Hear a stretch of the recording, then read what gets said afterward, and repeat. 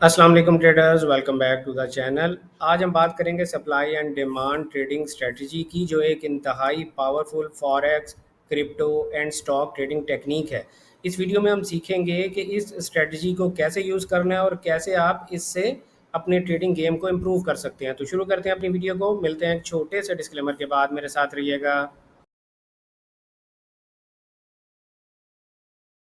Welcome back traders, अस्सलाम वालेकुम। मैं हूं आपका दोस्त, आपका भाई, आपका कोच रियाज हुसैन। दोस्तों, मैं आप वीडियो शुरू करने से पहले मैं आप लोगों को बताता चलूं कि आज से हर फ्राइडे को हम ऑन डिमांड टॉपिक पर वीडियो बनाया करेंगे। और सबसे पहला टॉपिक जो मैंने आप लोगों के लिए सेलेक्ट किया है वो है demand and supply trading strategy. अगर आपको भी अपने किसी टॉपिक पर वीडियो बनवानी है तो इसी वीडियो के कमेंट में आप अपना टॉपिक मेरे साथ शेयर कर देंगे। मैं उस टॉपिक पर आप लोगों के लिए वीडियो बनाकर नेक्स्ट फ्राइडे को अपलोड कर दिया करूँगा। तो शुरू करते हैं भाई। Supply and demand trading strategy market के बेसिक प्रिंसिपल्स पर काम करता है। सप्लाई जोन्स वो एरियाज होते हैं जहां सेलर्स ज़्यादा एक्टिव होते हैं और प्राइस वहां से अचानक और तेज़ी से गिरना शुरू कर देती है। इसी तरह डिमांड जोन्स में बायर्स ज़्यादा एक्टिव होते हैं और प्राइस ऊपर जाती है, तेज़ी से ऊपर जाती है। ये जोन्स आइडेंटिफाई करना ही हमारी आज की इस वीडियो का बुनियादी मकसद है।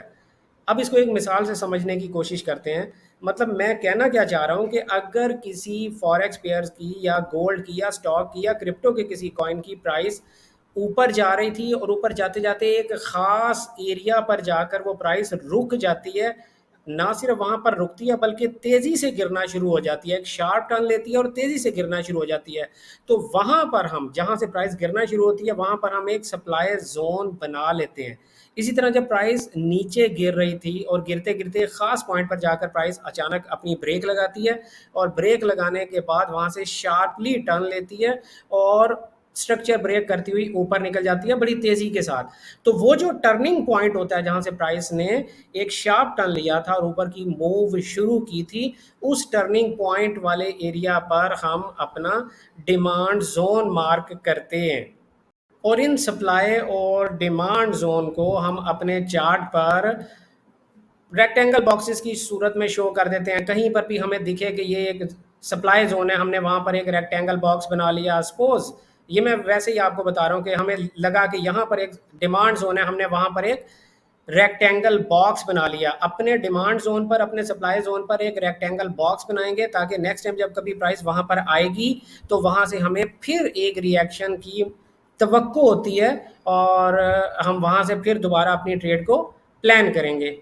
आप लोगों को परेशान होने की ज़रूरत नहीं है। अभी मैं चार्ट पर आपको जाकर दिखाऊंगा कि सप्लाई एरियाज़ के लिए किन किन कैंडल्स को आप लोगों को कंसीडर करना है और डिमांड जोन बनाने के लिए किन किन कैंडल्स को आपको कंसीडर करना है। फिलहाल आप मेरी बातें गौर से सुने कि अच्छा, अब हम इस स्टेप पर पहुंच गए हैं कि सप्लाई और डिमांड बेसिकली होता क्या है।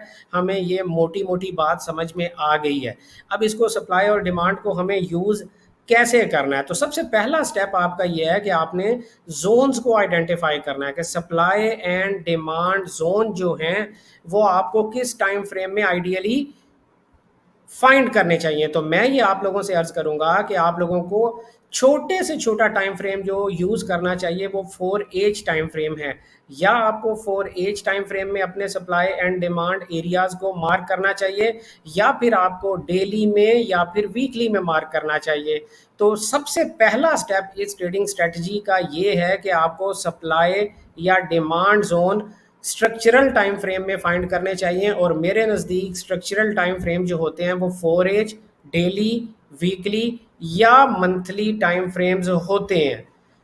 दूसरा जो इसका स्टेप है ट्रेडिंग स्ट्रेटजी का, supply and demand trading strategy जो है, इसका दूसरा स्टेप क्या है कि आपने जोन्स आइडेंटिफाई कर लिए किसी हायर टाइम फ्रेम में। अब उन जोन को अपनी आंखों की ठंडक के लिए, अपनी याद दहानी के लिए आपको मार्क करना होता है। तो मार्क कैसे करते हैं?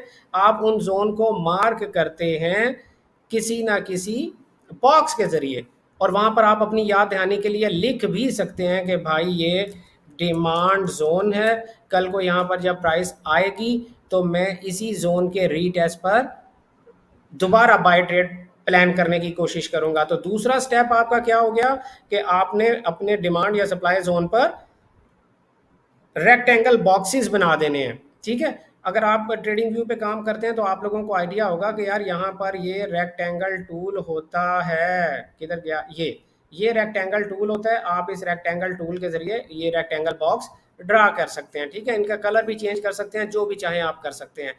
तीसरा स्टेप आपके लिए क्या है कि अब आपने इंतज़ार करना है कि प्राइस मेरे रेक्टेंगल बॉक्स में आएगी, तो मैं यहाँ पर किसी ना किसी किस्म की कोई कंफर्मेशन देखूंगा।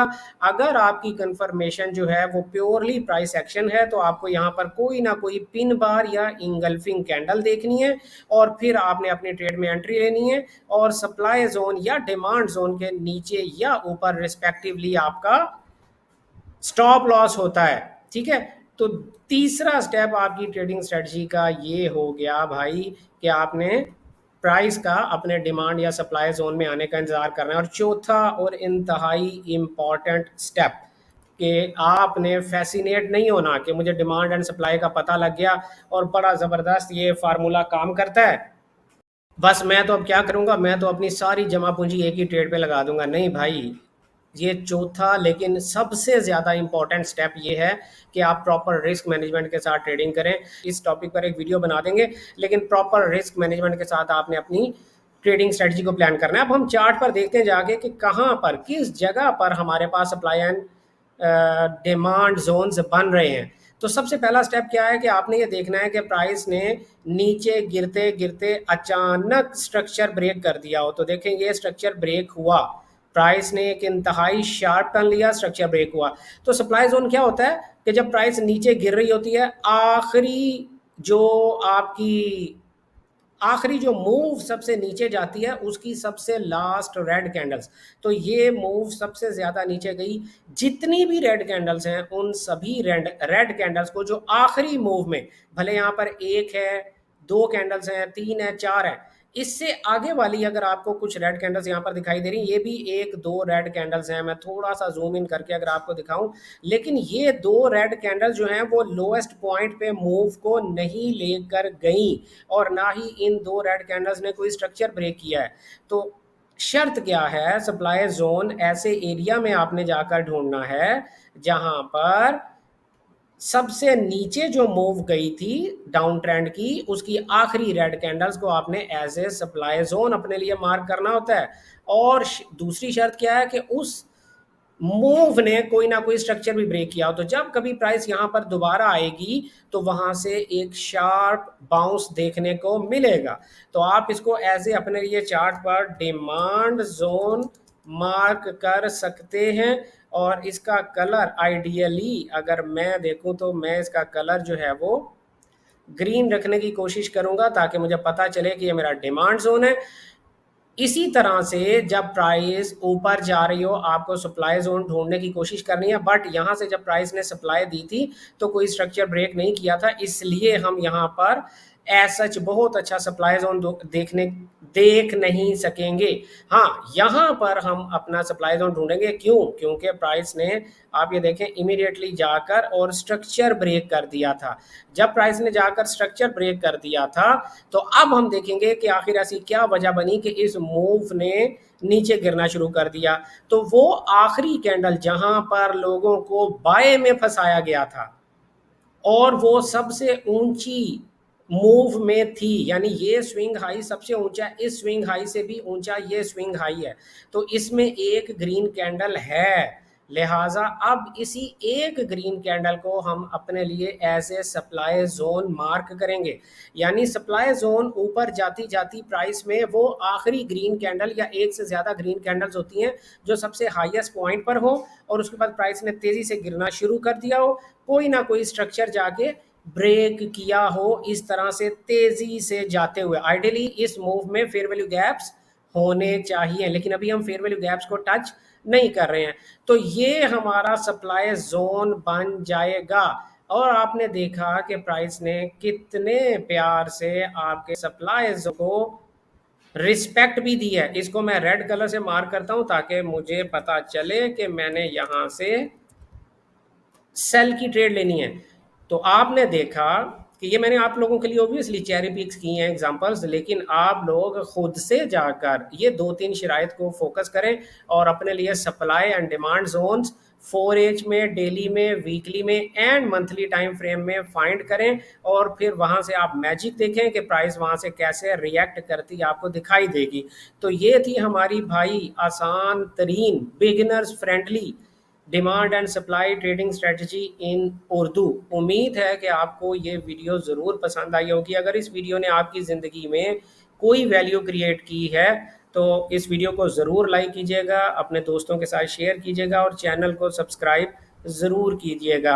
आप किसी भी टॉपिक पर वीडियो बनवाना चाहते हैं तो इस वीडियो के कमेंट में अपना टॉपिक लिख दें, नेक्स्ट वीडियो हम उसी टॉपिक पर बना देंगे। अपना ढेर सारा ख्याल रखिएगा, दुआओं में याद रखिएगा। गुड लक, हैप्पी ट्रेडिंग, अल्लाह हाफिज़।